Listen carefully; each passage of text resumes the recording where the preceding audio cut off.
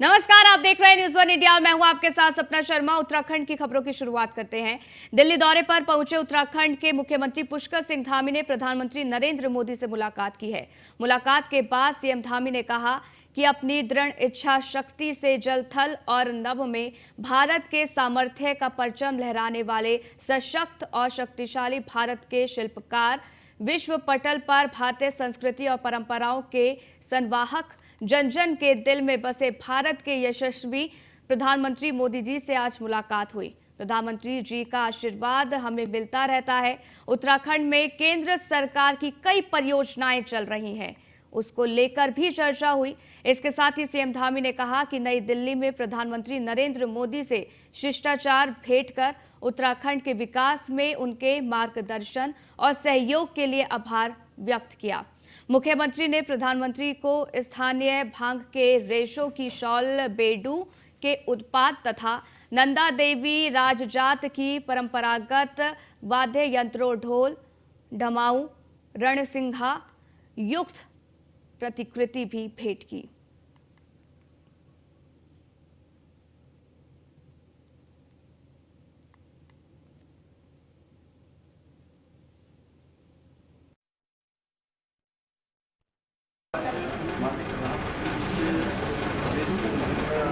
विकास योजनाओं के संबंध में उनका मार्गदर्शन है और जो उत्तराखंड की स्थिति इस समय आपदा की स्थिति है और आपदा के कारण से नुकसान उन सभी के बारे में आगे प्रधानमंत्री जी को अवगत कराया है। और साथ ही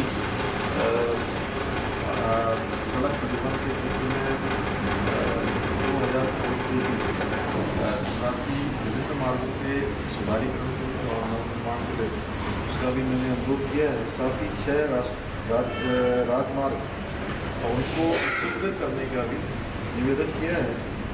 साथ में पर्यटन की दृष्टि से और जनमानस को सुविधा की दृष्टि से काठगोदाम, भीमताल, लोहाघाट, पंचेश्वर मोटर मार्ग को राष्ट्रीय राजमार्ग के रूप में उच्चीकृत किए जाने के लिए भी अनुरोध किया है। साथ ही 3 टनल जो कि जौलीकांग के मध्य 5 किलोमीटर लंबी तथा वेदांत से 20 किलोमीटर मार्ग बनाए जाने से जौलीकांग एवं तवाघाट दोनों एक दूसरे से जुड़ जाएंगे। जो 5 किलोमीटर टनल से अभी 5 किलोमीटर की टनल बन जाने से 161 किलोमीटर की दूरी कम हो जाएगी। इसी प्रकार से सीपू से तोला तक 22 किलोमीटर टनल से दारमा वैली और जोहार वैली आपस में जुड़ जाएंगे। और मिलन पिथौरागढ़ से लखतल चमोली 30 किलोमीटर की टनल बनने से और इन तीनों टनलों के बनने से 490 किलोमीटर की जो दूरी है कम हो जाएगी। इसी प्रकार से मानसखंड जो मंदिर माला मिशन है उसमें हमारे 16 प्रमुख मंदिरों को एक दूसरे से जोड़ने के लिए, उनका चौड़ीकरण करने के लिए और उनको उच्चीकृत करने के लिए एक सर्किट के तहत एक दूसरे से जोड़ने के लिए चूँकि बहुत सारा काम राज्य सरकार उसमें कर रही है, जैसे वन भूमि का हस्तांतरण है, इसके अलावा मुआवजा इत्यादि की प्रक्रिया है, उन सबको राज्य सरकार अपने संसाधनों से कर रही है। भूमि अधिग्रहण से लेकर हस्तांतरण से लेकर इसी में 1000 करोड़ रुपये की उस मार्ग को उच्चीकृत करने के लिए 2 लेन की आवश्यकता है। उसका भी मैंने आदरणीय प्रधानमंत्री से अनुरोध किया है। साथ में देहरादून में न्यू मेट्रो की स्वीकृति के लिए, इसके लिए हमने पहले भी भारत सरकार से अनुरोध किया, आज अपने प्रधानमंत्री जी से भी मैंने उसका अनुरोध किया है। उसके होने से निश्चित रूप से पर्यावरण की दृष्टि से भी जो है ये अत्यंत उपयोगी सिद्ध होने वाली 22 किलोमीटर की लंबाई की एक न्यू मेट्रो जो देहरादून के लिए है उसके संबंध में भी चर्चा की है। साथ में सौंग डैम जो कि आने वाले समय में पूरे देहरादून के लिए अगले 50 सालों के लिए जल स्तर और पेयजल की सुनिश्चितता करने वाला प्रोजेक्ट है। उस प्रोजेक्ट के संबंध में मैंने निवेदन किया है। साथ में इस साल के अंत में ग्लोबल इन्वेस्टर समिट जो हम उत्तराखंड में देहरादून में करने वाले हैं उसके संबंध में भी आदरणीय प्रधानमंत्री जी का मार्गदर्शन लिया है। साथ में इन सबके साथ मैंने आज आदरणीय प्रधानमंत्री जी को उत्तराखंड का जो हमारा उत्पाद है भांग से बना हुआ शॉल को भेंट किया, जो निश्चित रूप से हमारे स्थानीय लोग अपना उद्यम करते हैं, अपने उत्पाद बनाते हैं, उन सबके प्रोत्साहन के लिए माननीय प्रधानमंत्री जी का हमेशा जोर रहता है। इसके साथ साथ जो मन की बात में उन्होंने बेड़ू बेड़ू का बेड़ू के प्रोडक्ट हैं वह भी उनको भेंट किए, और इसके साथ नंदा राजजात जो कि हमारे यहाँ की बहुत ही प्रसिद्ध यात्रा है, और 280 किलोमीटर पैदल यात्रा अपने आप में 12 सालों बाद होती है। उसके संबंध में जो हमारे ढोल और दमाऊ और नरसिंगा है वह भी हमारी जो विरासत है, हमारी सांस्कृतिक धरोहर है, तो उनको मैंने और उनका धन्यवाद किया कि उत्तराखंड के अंदर अनेकों प्रोजेक्ट वहाँ पर चल रहे हैं, वो उनके प्रधानमंत्री बनने के बाद प्रारंभ हुए हैं, जो पहले लोग सोचते नहीं थे, उन सब में आज तेजी से काम हो रहा है। सर, ज्ञानव्यापी को लेकर आज एक स्टेटमेंट सामने आया, पहला स्टेटमेंट है यूपी से, हमको उनका कहना है जो गलती हुई है उसको सुधारना चाहिए, कैसे देख रहे हैं स्टेटमेंट को? देखिए, उसके अंदर जिस प्रकार के चिन्ह मिले हैं, जिस प्रकार की चीज़ें मिली हैं, वो अपने आप में पूरी तरह से कुछ कहने के लिए नहीं, प्रत्यक्षम किम प्रमाणम, जब वहाँ पर प्रत्यक्ष रूप से उस प्रकार के सभी प्रकार की चीज़ें उसके अंदर दिखाई दे रही हैं, तो निश्चित रूप से उस दिशा में सभी समाज को आगे बढ़ना चाहिए और एक सद्भावना का माहौल बनाना चाहिए। सर, आपके दौरे में यूसीसी को लेकर भी बात हो रही है, यूसीसी की ड्राफ्टिंग की क्या तैयारी है, किस तरीके से मंथन होगा यूसीसी तेजी से उस पर कमेटी यूसीसी वाली काम कर रही है, और सभी पहलुओं का ध्यान रखते हुए यूसीसी कमेटी अपने ड्राफ्ट को कंप्लीट करने की दिशा में आगे बढ़ रही है। जैसे ही हमको उसका ड्राफ्ट मिलेगा, हम उसको विधिक रूप से जो भी जरूरी प्रक्रियाएं होती हैं। वहीं इसी बीच बड़ी खबर आपको देहरादून से बता दें, जहां नेता प्रतिपक्ष यशपाल आर्य ने प्रीतम सिंह को बधाई दी है। कांग्रेस के पूर्व प्रदेश अध्यक्ष प्रीतम सिंह को बधाई दी गई है।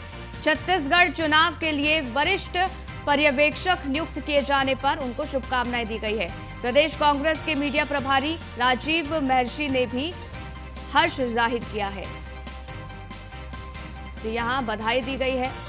प्रदेश कांग्रेस के मीडिया प्रभारी राजीव महर्षि ने भी बधाई दी है, खुशी जाहिर की है। नेता प्रतिपक्ष यशपाल आर्य ने प्रीतम सिंह को बधाई दी। कांग्रेस के पूर्व प्रदेश अध्यक्ष प्रीतम सिंह को बधाई दी गई है। दरअसल छत्तीसगढ़ चुनाव के लिए वरिष्ठ पर्यवेक्षक नियुक्त किए गए हैं प्रीतम सिंह, और इसको देखते हुए यहां पर बधाई दी गई है। तो बड़ी खबर आपको बता रहे हैं, नेता प्रतिपक्ष यशपाल आर्य ने प्रीतम सिंह को बधाई दी है। कांग्रेस के पूर्व प्रदेश अध्यक्ष हैं प्रीतम सिंह, और अब नई जिम्मेदारी दी गई है। छत्तीसगढ़ चुनाव के लिए वरिष्ठ पर्यवेक्षक नियुक्त किए गए हैं, और इस मौके पर यहां पर शुभकामनाएं दी गई हैं। मीडिया प्रभारी राजीव महर्षि ने भी खुशी जाहिर की है।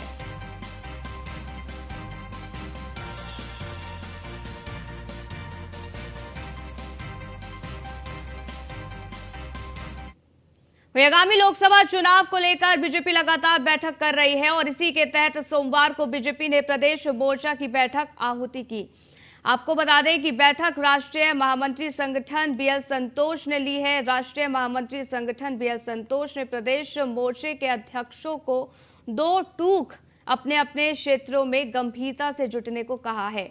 बीजेपी के 7 मोर्चों के अध्यक्ष महामंत्री प्रभारियों के साथ बीएल संतोष ने मीटिंग में, जिसमें आगामी चुनावों की रणनीति से पार्टी में एकजुटता से काम करने का मंत्र दिया गया। बीजेपी के अगस्त में होने वाले प्रोग्राम में सभी मोर्चों की अहम भूमिका और पार्टी के कार्यकर्ताओं को जोड़ने के लिए काम करने के निर्देश दिए गए।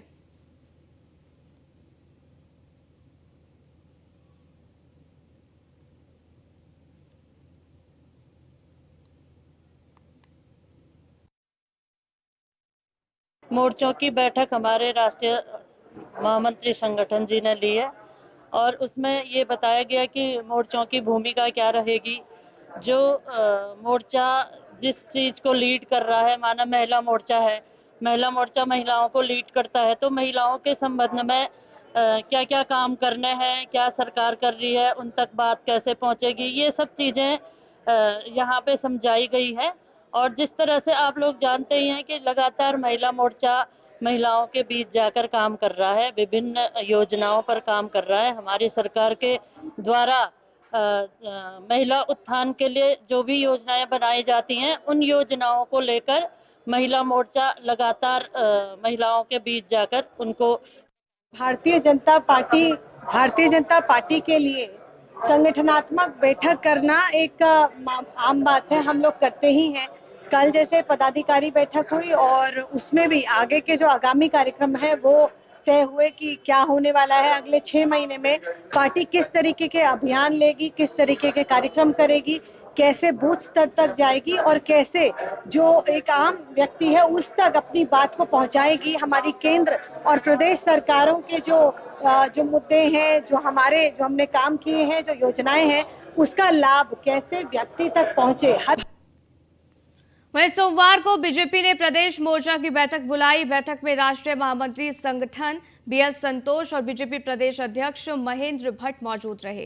बैठक के बाद बीजेपी प्रदेश अध्यक्ष ने बताया है कि बैठक में इस बात पर चर्चा हुई कि मोर्चा और कार्यकर्ताओं का स्वरूप क्या रहेगा।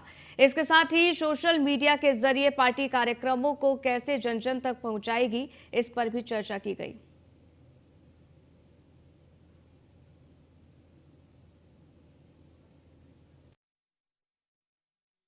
हमारी यहाँ पदाधिकारी की बैठक हुई, आगामी दिनों कार्यक्रम ने तय किए। आज उन कार्यक्रमों को निचले स्तर तक पहुंचाने के लिए मोर्चों की महत्वपूर्ण भूमिका होती है। मोर्चों का कार्यक्रम का स्वरूप क्या रहेगा, उस पर चर्चा हुई और बाद में सारे कार्यक्रमों का सोशल मीडिया से ले मीडिया तक उसको प्रभावी बने, तो सोशल मीडिया आईटी सेल की हमारी प्रवक्ताओं की हमारी बैठक थी। राष्ट्रीय महामंत्री संगठन जी का मार्गदर्शन को प्राप्त हुआ है। मुख्य रूप से लोकसभा के चुनाव में सभी कार्यकर्ताओं की भूमिका विजय। देहरादून में बीजेपी की कोर कमेटी की बैठक हुई। यह बैठक बीजेपी के राष्ट्रीय महामंत्री बीएल संतोष की अध्यक्षता में हुई है, जिसमें प्रदेश प्रभारी दुष्यंत गौतम, सीएम पुष्कर सिंह धामी, प्रदेश अध्यक्ष महेंद्र भट्ट समेत तमाम वरिष्ठ पदाधिकारी शामिल हुए। बीजेपी की कोर कमेटी की इस बैठक में लोकसभा चुनाव 2024 को लेकर महत्वपूर्ण चर्चाएं की गई। तो वहीं क्या कुछ रणनीति तय की जानी है, इसको लेकर भी विचार विमर्श किया गया। बीजेपी प्रदेश अध्यक्ष महेंद्र भट्ट ने ये बताया है कि पिछले साल की तरह इस साल भी 13 से 15 अगस्त तक हर घर तिरंगा अभियान को लेकर बड़े स्तर पर चलाया जाएगा। इसके अलावा पार्टी के राष्ट्रव्यापी अभियान मेरा देश मेरी माटी की तर्ज पर उत्तराखंड में अमृत कलश यात्रा का आयोजन किया जाना है, जिसमें सभी शहीदों के आंगन और पावन धार्मिक स्थलों की मिट्टी को इकट्ठा किया जाएगा। 26 अगस्त से शुरू होने जा रही इस यात्रा को सभी जिलों के सभी ब्लॉक, जिले और प्रदेश से दिल्ली तक आपसी कोऑर्डिनेशन के साथ आयोजित किया जाएगा। अमृत कलश यात्रा के तहत देश के प्रत्येक ब्लॉक से एक युवा और पूरे देश से 7500 युवाओं के माध्यम से दिल्ली में कर्तव्य पथ पर बनाए जाने वाले अमृत वाटिका के निर्माण में इस्तेमाल किया जाएगा। अगस्त माह के कार्यक्रम को स्वरूप देने का हम लोगों ने काम किया है। मुख्य रूप से इस वर्ष भी हर घर तिरंगा इस कार्यक्रम को फिर हम व्यापक विस्तार रूप में हम लेंगे। पूरे देश में अमृत सरोवर बने हैं और हमने तय किया है कि हम लोग हर ग्राम पंचायत के तालाब के बगल में जो उस क्षेत्र के चाहे कारगिल शहीद हो, विभिन्न क्षेत्रों में विभिन्न उपलब्धियों वाले व्यक्ति हों, तो आज दुनिया में नहीं हो, उनके शिलापट के साथ उनका स्मरण उस गांव में बना रहे, इस कार्यक्रम को हम लोग लेने वाले हैं। मेरी माटी मेरा देश मेरी माटी, इस कार्यक्रम के तहत शहीद परिवार के बहुत धार्मिक उस क्षेत्र के प्रमुख धार्मिक स्थल की माटी को लेकर और फिर जो हमारा कार्यक्रम है उस माटी को लेकर अमृत कलश यात्रा। वहीं सूत्रों के हवाले से बड़ी खबर आपको बता दें, खाली चल रहे संवैधानिक पदों पर जल्द ताजपोशी के आसार है। बीजेपी संगठन और संघ के बीच इस विषय पर चर्चा पूरी हो चुकी है, ये सूत्र के हवाले से खबर निकल रही है। वहीं आपको बता दें कि सीएम दिल्ली में मौजूद है और इस बारे में भी आला कमान से चर्चा वो करेंगे। 15 से अधिक कार्यकर्ताओं को पहली सूची में मौका मिल सकता है। तो खाली चल रहे संवैधानिक पदों पर जल्द ताजपोशी के आसार हैं। तो कांग्रेस के पूर्व प्रदेश अध्यक्ष गणेश गोदियाल ने कांग्रेस मुख्यालय देहरादून में प्रेस कॉन्फ्रेंस की है। इस दौरान उन्होंने मुख्य 3 मुद्दों पर प्रेस को संबोधित किया। गणेश गोदियाल ने चमोली करंट हादसे के दोषियों को बचाने का आरोप सरकार पर लगाया। उन्होंने कहा कि सरकार ने अब तक चमोली हादसे के प्रभावितों को मुआवजा नहीं दिया है। जिस कंपनी ने 16 लोगों की जान ले ली, उसके खिलाफ कोई कार्रवाई नहीं हो रही है, जो चिंताजनक है। वहीं उन्होंने Rishikesh Karnaprayag rail line project के लिए मुख्यमंत्री पर श्रेय लेने का भी आरोप लगाया है। उनका साफ तौर पर कहना है कि ये परियोजना कांग्रेस शासनकाल की ओर से चलती आ रही है। ऐसे में गौचर में कांग्रेस शासन में लगा शिलान्यास के पत्थर को ऋषिकेश रेलवे स्टेशन में लगाया जाए। वहीं उन्होंने चिकित्सा सेवा चयन बोर्ड की भर्तियों की जांच कराने की भी सरकार से मांग की है।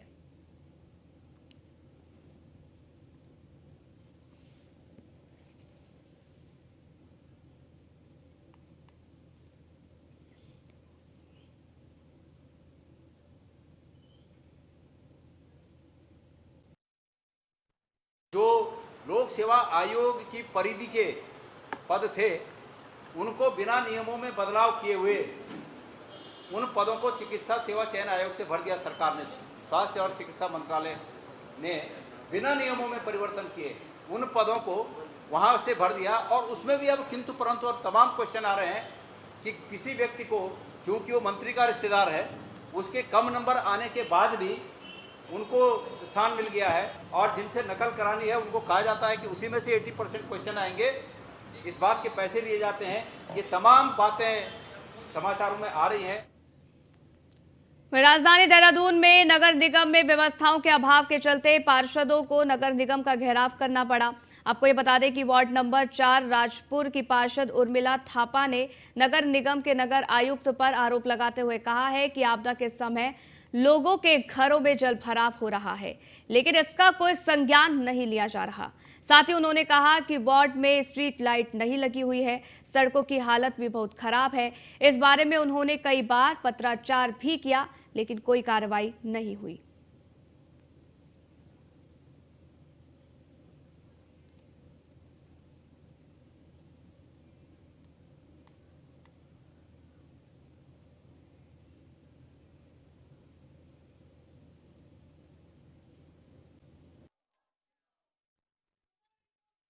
हमने ये जो है नाले खाले जो बंद कर दिए जा रहे हैं उसके ऊपर है। और जो लाइटें, स्ट्रीट लाइटें, हमें 4.5 साल से आश्वासन दिया जा रहा था अब नई लाइटें लगेंगी, अब नई लाइटें लगेंगी। हम भी जनता को आश्वासन देते देते थक गए हैं। साईं मंदिर के सामने कुछ एक दुकान नगर निगम की है। नगर निगम ने उसको इतना अपराधी प्रवृत्ति के लोगों को किराए में दिया हुआ है, और उनका नगर निगम की जमीन में एक बहुत अच्छा खासा मकान है, उसके पीछे कमरा भी उन्हें किराए में अभी दे दिया गया है। तो ये नगर निगम किसकी अनुमति से और कौन से नियम के और कौन सा ऐसा कानून है कि नगर निगम स्थानीय पार्षद को पता भी नहीं होता है। हमने ये जो है नाले खाले जो बंद कर दिए जा रहे हैं उसके ऊपर है। और जो लाइटें, स्ट्रीट लाइटें, लोकसभा चुनाव के लिए बीजेपी ने संगठन स्तर पर अपनी तैयारियों को तेज कर दिया है, और इसी के साथ ही पूर्व कैबिनेट मंत्री चंदन रामदास की मृत्यु के बाद उनकी खाली पड़ी सीट पर अब उपचुनाव भी होना है। यानी कि उनकी मृत्यु के बाद जो खाली सीट है उस पर उपचुनाव होना है, इसके लिए तैयारी है। वहीं उपचुनाव के लिए कैबिनेट मंत्री सौरभ बहुगुणा को बागेश्वर जिले का चुनावी प्रभारी मंत्री बनाया गया है। प्रभारी मंत्री बनने के बाद सौरभ बहुगुणा ने सरकार और संगठन का शुक्रिया अदा करते हुए ये कहा है कि हमें पूरी उम्मीद है कि जितने वोटों से चंदन रामदास जीते थे, इस बार उससे भी ज्यादा वोटों से हम उपचुनाव जीतेंगे।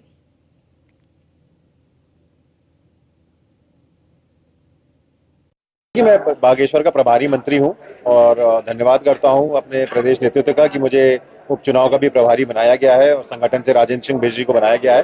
पूरी कोशिश रहेगी कि जितने वोट से स्वर्गीय चंदन रामदास जी पिछली बार जीते थे 22 के चुनाव में, उसको हम बेटर करके, ये सीट तो देखिए बीजेपी पक्का जीत रही है।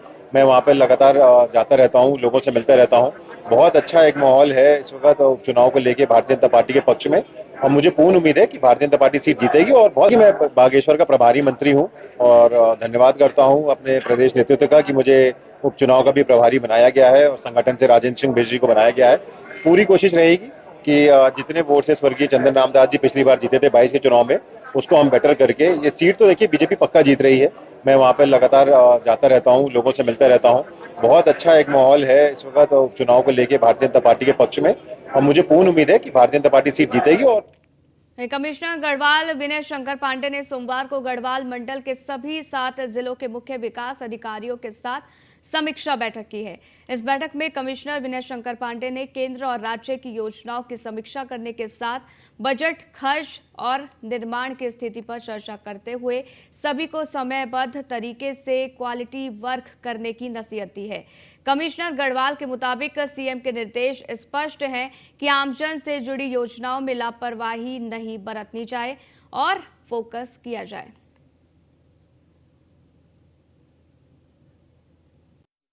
गढ़वाल के जो 7 जनपद हैं, उनके सभी जो मुख्य विकास अधिकारी थे, उनके साथ एक समीक्षा बैठक मैंने रखी थी वीडियो कॉन्फ्रेंसिंग के माध्यम से।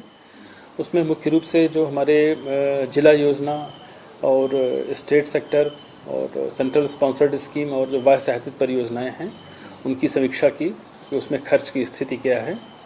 साथ ही साथ जो फ्लैगशिप परियोजनाएं हैं, चाहे वो भारत सरकार की हों और या हमारे राज्य सरकार की हों, इसके अतिरिक्त 20 सूत्री कार्यक्रम के प्रगति की भी समीक्षा की। और ये मेरी पहला इंटरेक्शन था सभी CDOs के साथ। कुल मिलाकर भी जिला योजनाओं में, चूँकि सभी जनपदों में जिला योजना की जो समिति की बैठक थी काफ़ी विलम्ब से हुई थी और मोर और लेस जून के लास्ट तक आते आते बैठकें हुई और हरिद्वार में अभी 27 तारीख को ये बैठक संपन्न हुई थी। तो शासन से लगभग सभी जनपदों को जो प्रथम किस्त होती है वो रिलीज़ हो चुकी है और जनपदों ने भी संबंधित कार्यदायी संस्थाओं को धनराशि अवमुक्त कर दी है। कुछ जनपदों में अभी जहां पहले जिला योजना की बैठक हो गई थी, वहां पर खर्च का जो प्रतिशत है वो संतोषजनक है, और जहां अभी हुई है तो अभी इनको 15 दिन का वक्त दिया गया है कि सभी विभागों को, अपनी कार्यदायी संस्थाओं को ये धनराशि तत्काल दे दें। साथ ही साथ ये भी निर्देश दिए गए हैं कि डिस्ट्रिक्ट लेवल पर जो हमारे DDO और PD हैं, ये साप्ताहिक बेसिस पर इन योजनाओं की समीक्षा करें। CDO फोर्टनाइटली 15 दिन में, और मेरे स्तर से माह में एक बार इसकी समीक्षा जरूर की जाएगी। कुछ योजनाओं में जैसे धीमी प्रगति, मैंने जैसे प्रधानमंत्री मातृत्व वंदन योजना में कुछ लोगों ने बताया कि इसमें पोर्टल के इशू हैं, डेटा ठीक से अपडेट नहीं हो पा रहा। और प्रधानमंत्री आवास योजना ग्रामीण में निदेशालय स्तर से कुछ धनराशि अवमुक्त नहीं हुई है, उसमें आज ही मैंने संज्ञान लिया है और संबंधित विभाग के जो सचिव हैं उनको मैं एक DO भेजूंगा और उनसे अनुरोध करूंगा कि धनराशियाँ जैसे अवमुक्त होंगी वैसे ही इसमें प्रगति लाई जाए। कुल मिलाकर स्थिति संतोषजनक रही है और हम उम्मीद करते हैं कि हमारे जनपद और अच्छा। वहीं चारधाम यात्रा में अब तक कुल 36 लाख से ज्यादा तीर्थ यात्री चारधाम यात्रा कर चुके हैं, जिसमें गंगोत्री में लगभग 6,50,000, यमुनोत्री में 5,30,000, केदारनाथ में 11,50,000, बद्रीनाथ में 11 लाख और सिखों के पवित्र तीर्थ स्थल हेमकुंड साहिब में 1 लाख से ज्यादा तीर्थ यात्री यात्रा कर चुके हैं। बद्रीनाथ केदारनाथ मंदिर समिति के अध्यक्ष अजेंद्र अजय का साफ तौर पर कहना है कि राज्य में हो रही बारिश के कारण चारधाम यात्रा बाधित हो रही है। बावजूद इसके तीर्थ यात्रियों के उत्साह में कमी नहीं दिखाई दे रही है।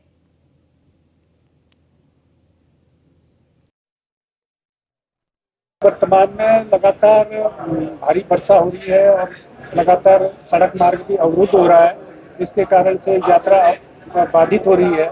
लेकिन उसके बावजूद जो श्रद्धालु हैं, तीर्थयात्री हैं, उनके उत्साह में किसी प्रकार की कोई कमी नहीं दिखाई पड़ रही है। और जिस प्रकार से वर्तमान में यात्रा चल रही है और जो अब तक के आंकड़े हैं, उससे हमारा अनुमान है कि इस वर्ष जो चारधाम यात्रा है वो एक नया रिकॉर्ड अपना कायम करेगी। वर्तमान में लगातार भारी वर्षा हो रही है और लगातार सड़क मार्ग भी अवरुद्ध हो रहा है, जिसके कारण से यात्रा बाधित हो रही है। लेकिन उसके बावजूद जो श्रद्धालु हैं, तीर्थयात्री हैं, उनके उत्साह में किसी प्रकार। मिलक्सर कोतवाली क्षेत्र के मखियाली खुर्द निवासी महिला ने अपने पति पर 3 तलाक का आरोप लगाया है। पीड़िता का आरोप है कि रुड़की के खंजरपुर निवासी तनवीर ने उसका निकाह हुआ था और उसका पति जुए की आदत के कारण घर से सोने चांदी के आभूषण और अन्य कीमती जो सामान है वो बेच चुका है। पीड़िता ने आरोप लगाया है कि सास ससुर ने इसकी शिकायत करने पर उल्टा उसके साथ अभद्रता की और उससे गाली गलौज कर घर से निकाल दिया गया। इन सब से मजबूर होकर वह अपने मायके में अब रह रही है। पीड़िता ने तहरीर में ये बताया है कि उसके पति ने पहले डाक के जरिए तलाकनामा भेजा और फिर अपने परिजनों के साथ मायके में घुसकर मारपीट करते हुए मौखिक 3 तलाक दे दिया।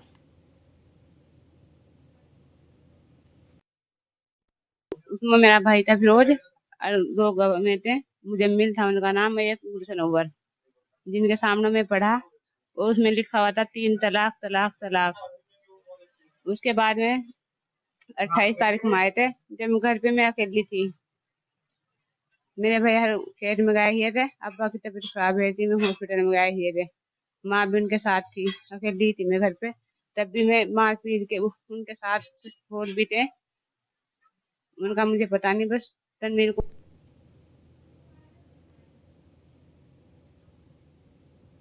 तो इस बुलेटिन में फिलहाल के लिए बस इतना ही, रुकेंगे एक छोटे से ब्रेक के लिए। देखते रहिए न्यूज़ 1 इंडिया।